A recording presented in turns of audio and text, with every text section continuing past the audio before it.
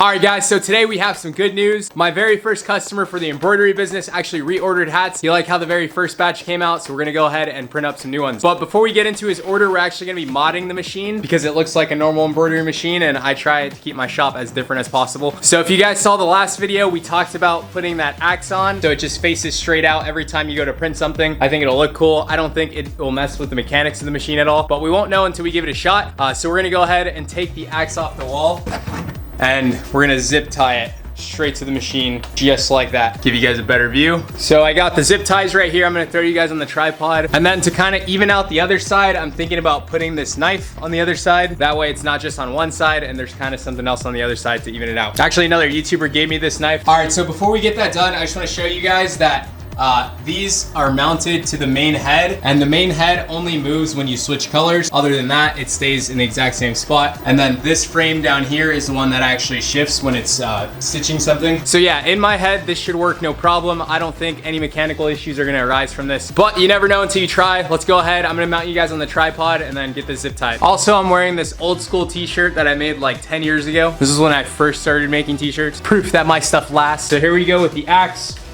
Just so you guys know, this weighs like less than 5 pounds. It doesn't weigh that much. Let me back this up. So it's not gonna put too much stress on the machine, or at least the motor that moves it. Throw in the first zip tie in now. Let me throw the second one on and then I'll give you guys a close up. All right guys, so here's the current setup. We got these two zip ties holding it on. I kind of messed up and missed the axe on that one, so I gotta take that one off. I'm gonna add about 3 more and then I'm gonna cut off the excess to make it nice and clean. Hopefully this thing stays in place with just these zip ties, because if I had to add anything up here, I'm just not gonna do it because I don't want to mess up any of these super sensitive parts right there. But yeah, let's go ahead and get these on there. All right guys, and there we have it. We got the axe mounted onto the upper frame of this thing. Before we go ahead and add anything else, I gotta test it to make sure that it still moves correctly without like hesitation or any issues. So in order to do that, I'm gonna go right here and then I'm gonna change which color we're stitching with. Right now we're on number 1. I'm gonna go to 15, and right when I hit enter, this whole entire thing should shift this way. And it looks like it works. Everything moved nice and smoothly. I'm gonna try it one more time. We're gonna go back the other way. I mean, don't get me wrong, the axe definitely wobbles quite a bit, but I don't think it's going anywhere, and it's definitely not messing with all the components. And just so you guys know, the beam that it's attached to, that's actually a safety mechanism.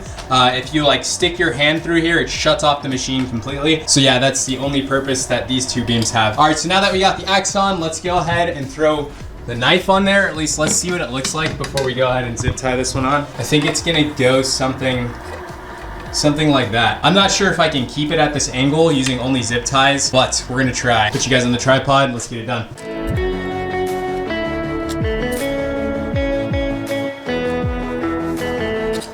No! Try again. And we're good. Gonna get these all chopped off. All right guys, and we got the knife on there nice and tight. This thing's not going anywhere. Now we officially have the first weaponized embroidery machine in, I'm pretty sure, in the world. I was gonna say country, but I don't think anyone's ever done this in any other country. So it doesn't actually do anything, but it looks way cooler than it did. Let's go ahead and do another test to make sure that with the knife, everything still works. Let me check to make sure the handle right here doesn't go lower than these. And then I'll also check on this side. We're solid. Let's hit enter. And it works. All right, we're good. All right, so the very last thing I'm gonna do before I actually start using this thing is I'm gonna tape off the tips of the axe right here. Let me get a better angle for you guys. That right there is getting taped, and then also this whole side of the blade is actually gonna get taped off, only because accidents do happen, and with that blue knife or sword back there, I actually gashed my arm and it's still there. That little bruise you guys see right there is from that sword. I cut myself on accident with it just sitting on a table, and I don't want to do that with this stuff, or I don't want anyone else who uses this thing to cut themselves with it accidentally. So yeah, I'm gonna go find some really thick tape and get that taped up. I'll get back to you guys when I'm done. All right, there we go. Now it's nice and padded. I can do this and not cut myself. Let me do the same thing to the knife. All All right, guys, so we got some rubber on the tips. That way nothing's gonna happen if someone hits that on accident or if our eye hits it or something. Now I gotta figure out what else we can put on the wall to fill in that space, but that's not gonna be hard. All right, so now that we got that done, we got the hats that we're gonna be embroidering today right here. It's actually gonna be these 3 stacks right here. There's 12 total. And then also I changed up the file digitizing process. This is the one from the very first order and actually sent out the design to get digitized by someone who's professional at this for this round. That way it looks much, much nicer. I don't know if you guys can actually tell because the camera doesn't pick up detail that well, but let's go ahead and grab these, take them to our hat station. We also need to put the hat framing thing on the machine as opposed to what's on there now. Let's go ahead and get that done. Put them right there. Oh yeah, and if you guys have a favorite hat brand, let me know in the comments. That way I can check it out and then maybe become a wholesaler of them. And let's go ahead and get the first one mounted up on the frame right there.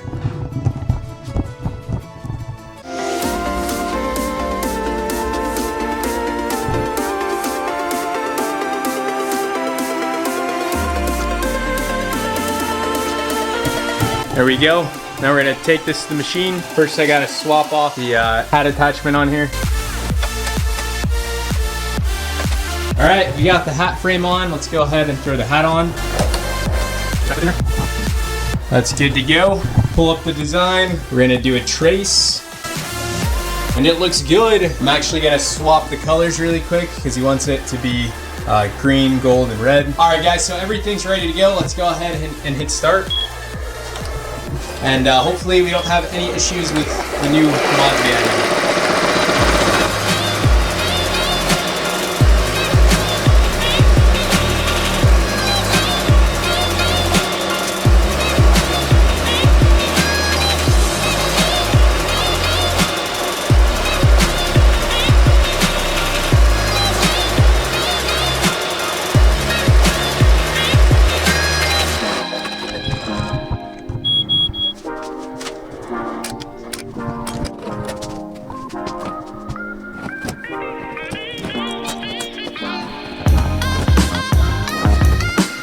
Gonna rip out the backing. All right guys, and this is how the very first one came out. Hopefully you guys can see the cap that's on there. They actually added a border, which makes it look way nicer. The original design didn't have that. All right, so we have 12 more of these to print. It's probably gonna take me about an hour and a half. I already got the next one up on the frame. I'm gonna put you guys off to the side. I'll probably check in every once in a while. And yeah, I'll give you guys an update when I can. Oh yeah, by the way, the mods that we added, the axe and the knife, the machine did perfectly fine with those there. So I think we're gonna make that a permanent thing. We'll probably swap it out every once in a while with something just to keep it new. But yeah, let me get back to work. Yeah.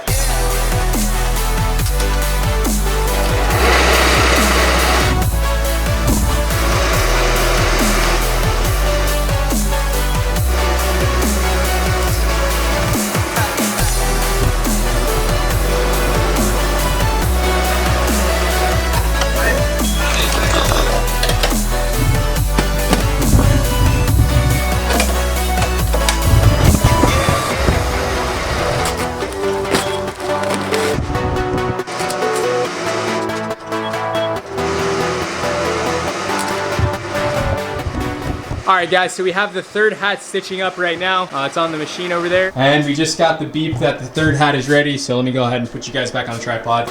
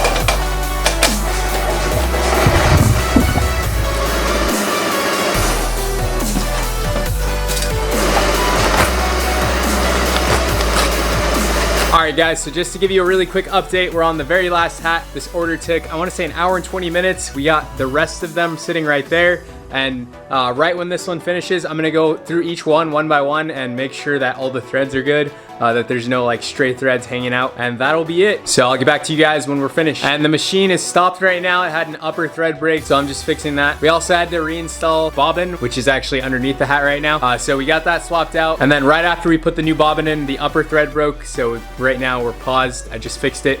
We're gonna hit start.